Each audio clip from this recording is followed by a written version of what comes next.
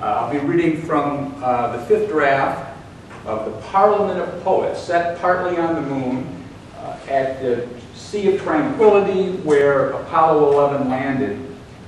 The Greek god Apollo has called all the poets of all the civilizations on Earth from various times to assemble on the moon to debate the meaning of modernity.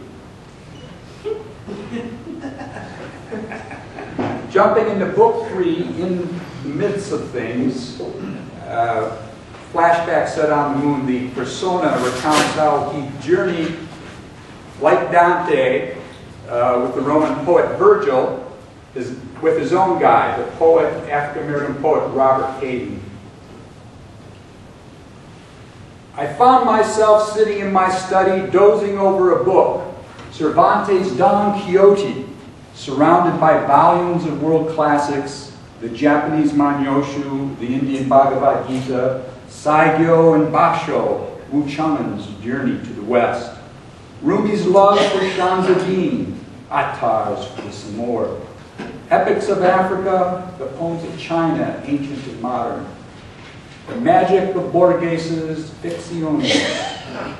In my mind's eye, I ran my fingers over their spines, hunting for a book, a title, lost somewhere in knee-high piles on the floor, or my haphazard placing on a shelf, next to Michigan's poets, Robert Hayden, Peter Rutke, or Robert Lowell and Elizabeth Bishop, Philip Larkin, all that confessional, small postmodernism, the nihilism of deconstruction, nauseating high priests of nothingness, rabid atheism, riding the tide, self-righteously beating its fanatical chest.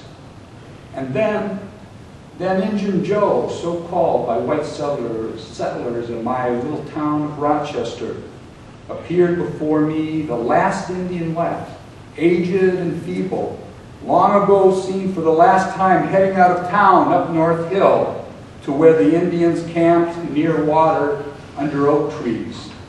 It always seemed to me it could have been my backyard, a sloping hill down to the creek and pond. Even he, Injun Joe, stood in my library shaking my arm, awakening me, walking out the back of the house. Rubbing my eyes and head, I shook off my daze, setting aside my book, followed through the family room door, out onto the deck, along the flagstone path, to the circle patio under my apple trees, in the midst of peonies and wildflowers, fragrant in the late spring air. Blooms and blossoms above the ground cover. Sitting down on the stone bench, I looked up the hill for Injun Joe, but he was gone. No sight of him under my old oak tree, until I too followed Joe over the hill, elsewhere than here, to happy hunting grounds.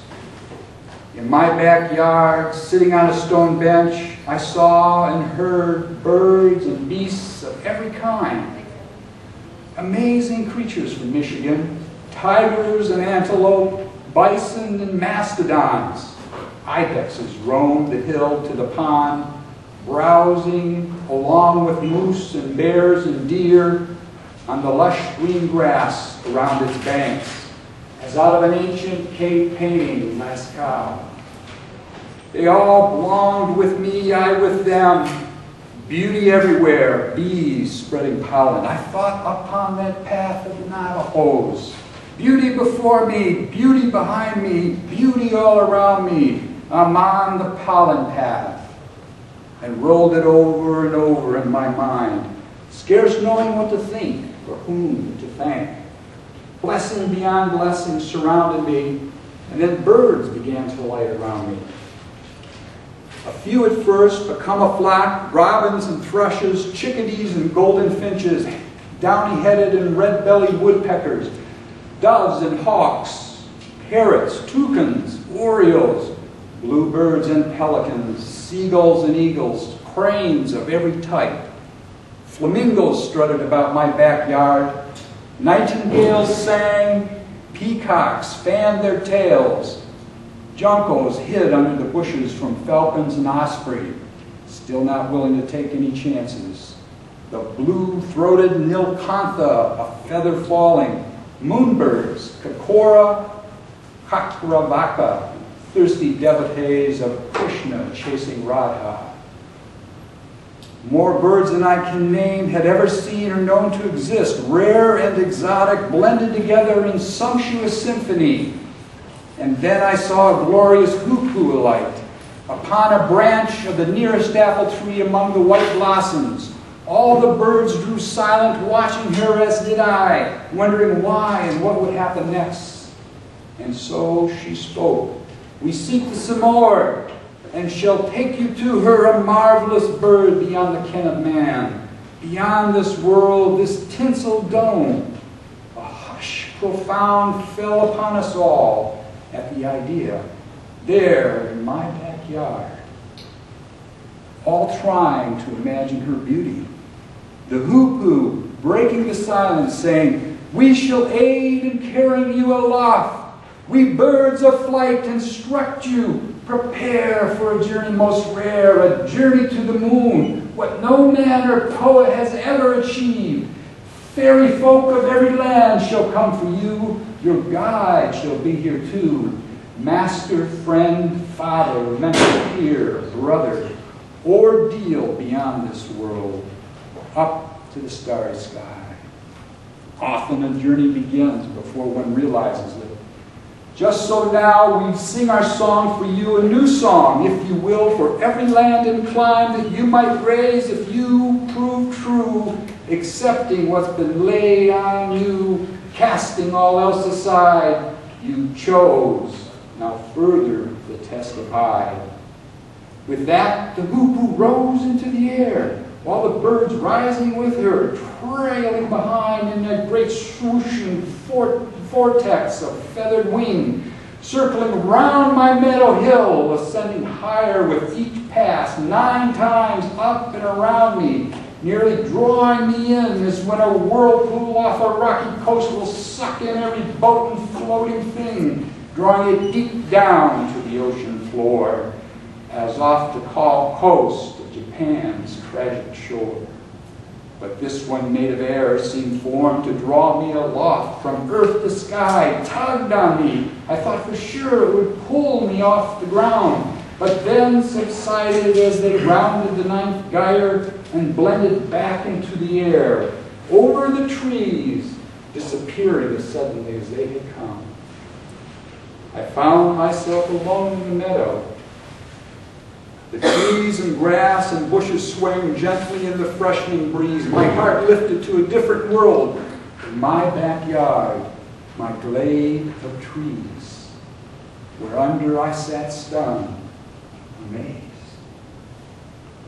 While I was trying to absorb it all, a figure emerged from down the hill, dressed in a jacket and vest and a decorous bow tie near the pond, incongruous. Bow tie, out of his element, holding a tall black spear with a broad, wide point. Walking towards me, I noticed he adjusted his bow tie with one hand, peering through bottle-thick glasses.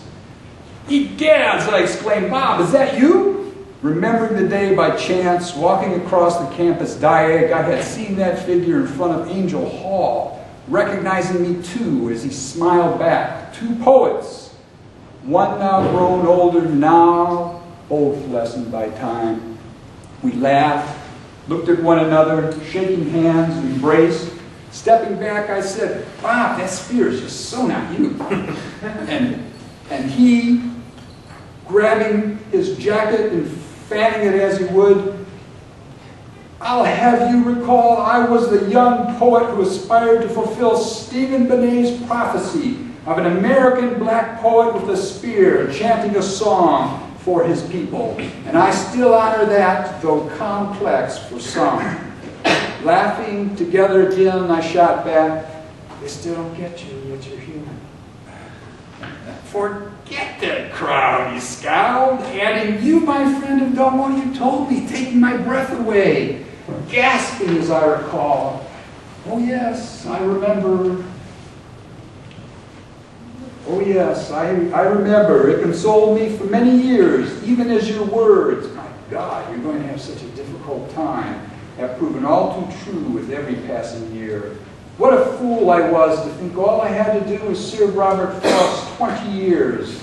Laughing on the patio, he said, many poets make that mistake, and enough of that too. Waving his hands, sweeping it all away, a gesture that only he could make. I will name their names and they shall come for us, carry us heavenward to the moon. I come to lay my black spear down by Roland's horn. Do you think they'll be able to get that? Howlingly funny, we roared. The old understanding passing between us, my friend and mentor, I still his apprentice. I hazarded, the cliches are even thicker now than you were, catching myself. He just smiled and said, boys, step aside and let a real poet show you how to get to the moon. Shaking his spear in the air, what a sight we were. There in the meadow, a large eccentric black man and a poet once young, an apprentice grown older himself, worn down by life and all its poignant pains, my body evincing signs of mortality. The old bond felt so strong as he began.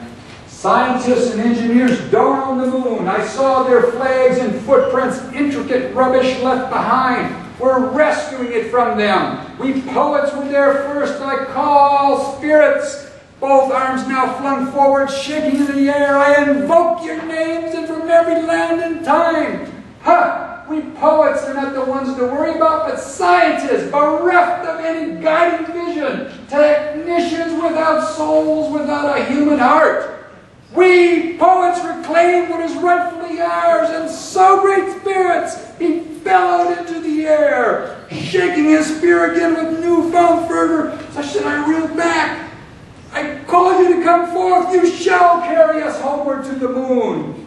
All fairy folk come forth. Juju man and woman, watchers of the moon who knew its lore, fays of every land, Peris of Persia, Auri, genii on flying carpets, carry us like Burak from Mount Kaf to the moon, lead our camel across the sands of time, Egyptian Thoth and Greek Endymion, Queen Mab with all your crew, Puck and Titania, Oberon, Robin Goodfellow, Tinklebell, Welsh fays, angels and cherubims, seraphims of the Holy Temple, Roman Fata, Valkyries of Valhalla. Fleet-footed Mercury, come down from Mount Olympus, aid us, Greek gods, if ever. You assisted human beings, we need you now. Phoebus Apollo, bear me witness and hear me out. Your servants stand in this grove. Raise them to the inspiration of the moon, where you call all the poets of every land to assemble. Zeus, wing our earthbound feet like Perseus. Guide us to battle Medusa. Like Arthur, kept by the fairies, keep us safe, safe upon our journey. Take us to where we can look on Mother Earth, reigning in the night of space, imagination's greatest image newly acquired, begrudgingly admitted, obtained fortuitously by bumbling scientists and fighter pilots, despite themselves, cosmic hieroglyph, they knew not how to decipher thee. Repair now to the poets' round table that bards and minstrels, poets and seers, rhapsodes and griots, shamans and priestesses may consult in high, intoxicating tones of artful song the meaning of our fate, the fate of all humanity in this dark, nihilistic age. Surging into this field, he bellowed all the more into the heavens. Divine beings, come forth, convey us to the moon. Hear our partition now upon this meadow green, this sward. Pixies and gnomes, elves and brownies, kelpies and korrigans, leprechauns, the African flying tortoise and Mbeku, carry us from here to the moon.